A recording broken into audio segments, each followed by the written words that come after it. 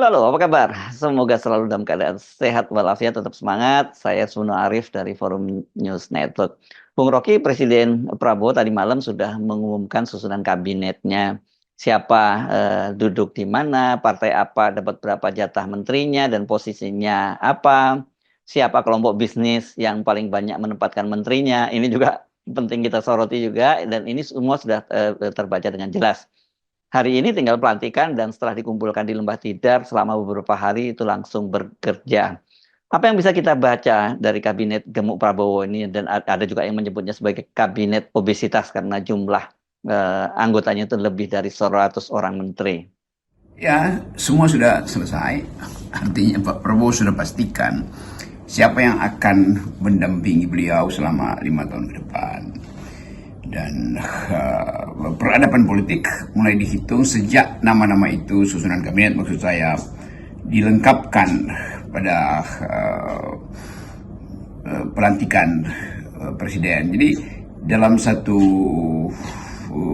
gerak manajerial, Prabowo langsung menyatakan bahwa saya sudah jadi presiden, ini susunan kabinet saya, menteri dan wakil menteri. Tentu tinggal bagian masyarakat sipil yang menilai apakah komposisi itu rasional atau komposisi itu punya basis moral, atau komposisi itu dibuat karena satu urgensi, atau komposisi itu dihasilkan melalui negosiasi. Kan itu yang akan jadi bahan riset dari para peneliti atau para komentator politik.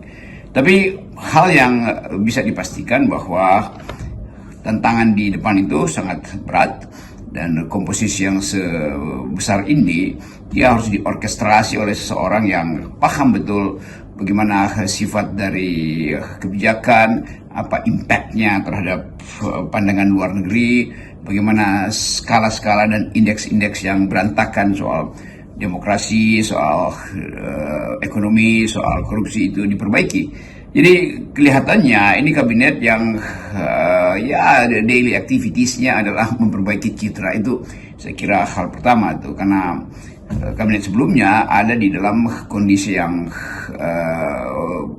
sebetulnya berantakan sebetulnya, karena diorkestrasi secara sangat ambisius dan dihasilkan dengan pertimbangan-pertimbangan yang kemudian kita sebut kepentingan dinasti dan oligarki.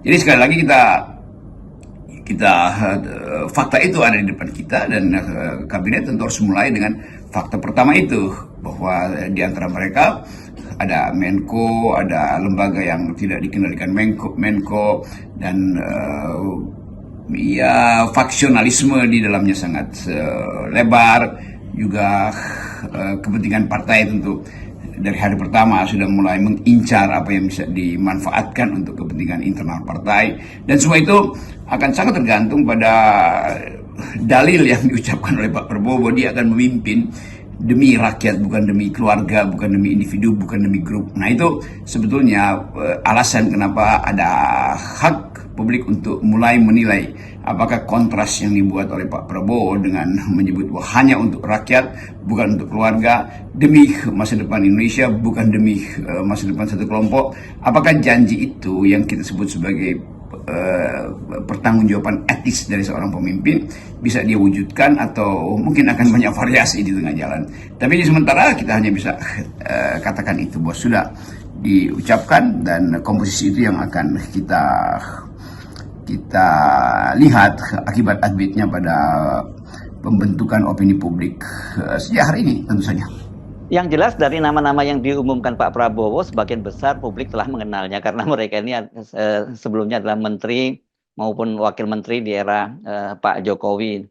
Dan beberapa di antaranya itu menempati pos-pos dan posisi strategis yang sama seperti pada pemerintahnya Jokowi. Makanya kemudian banyak yang menyatakan ini ya kabinetnya Prabowo tapi rasa Mulyono.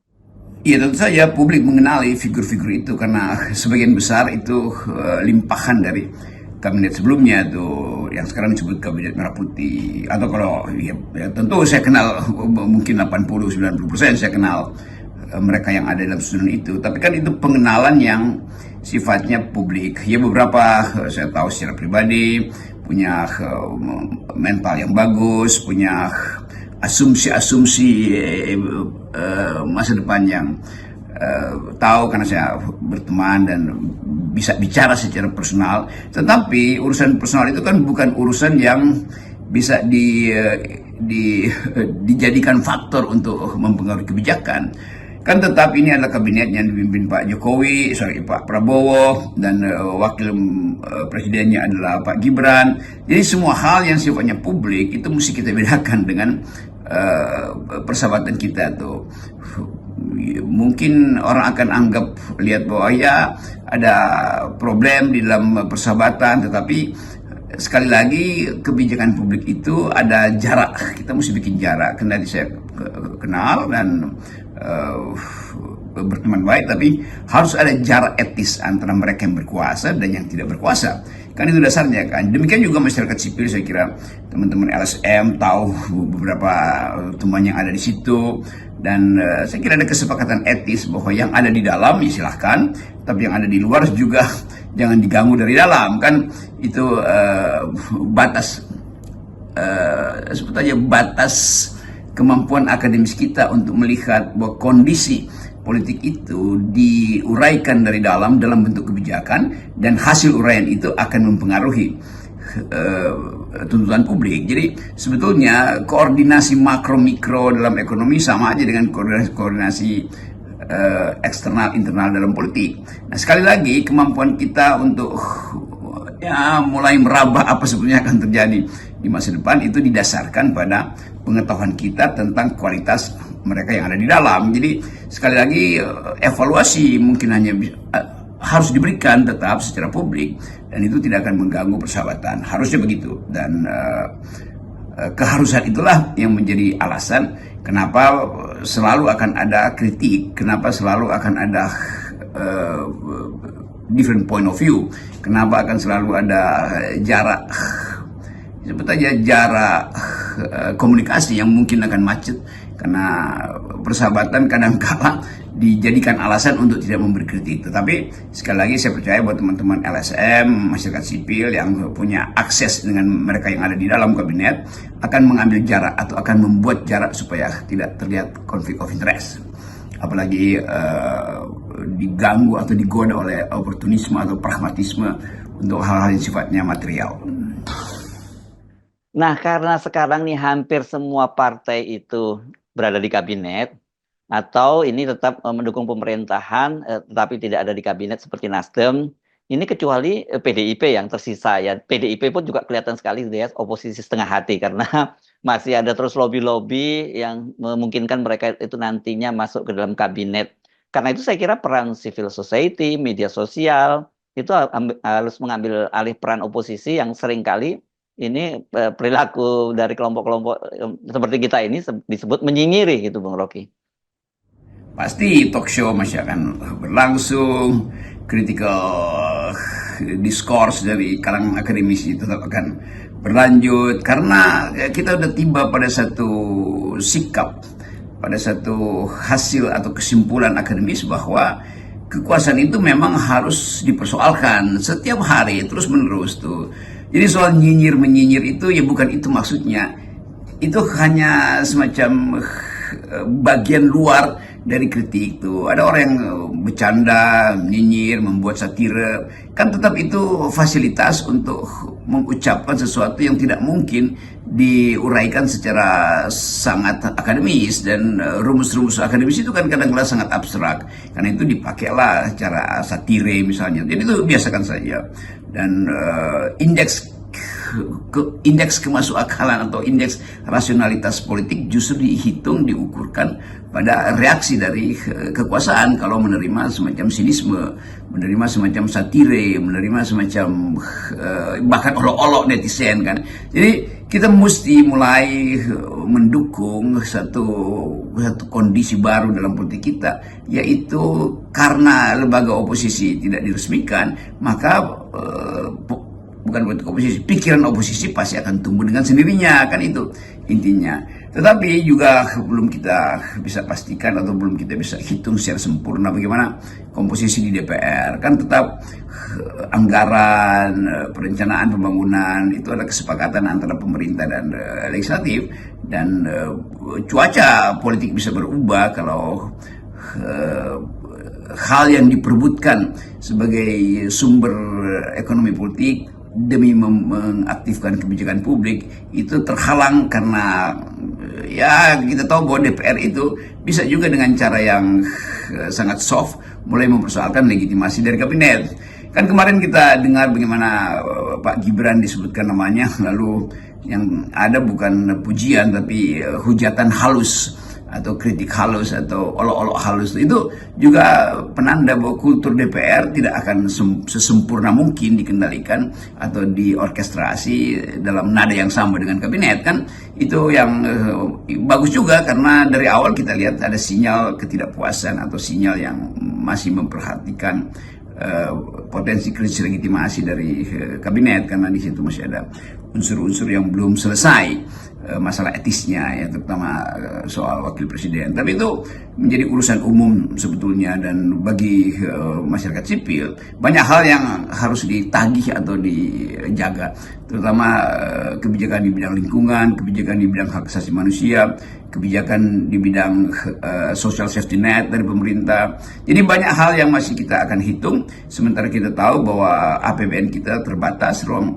manuver fiskalnya karena mesti bayar utang dan macam-macam. Jadi kelihatannya Pak Prabowo akan melakukan konsolidasi dalam 100 hari pertama. Dalam pemerintahan Prabowo sangat jelas keterlibatan tokoh senior militer ini ya. Nah, ini pasti mereka nanti akan banyak dilibatkan baik secara formal maupun informal dalam pengambilan keputusan yang sangat penting.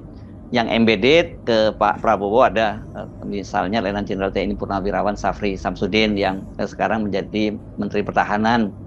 Peran Pak SBY, ini sesungguhnya teman satu angkatan Pak Prabowo di Akademi Militer, karena juga pernah menjadi presiden, tampaknya juga ini pasti akan punya peran sangat besar.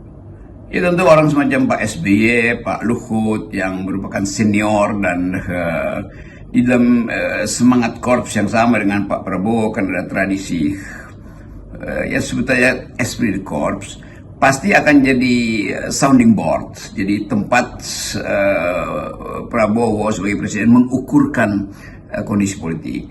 Dan pengalaman Pak Luhut selama di era pemerintahan Pak Jokowi tentu kasakusuk dan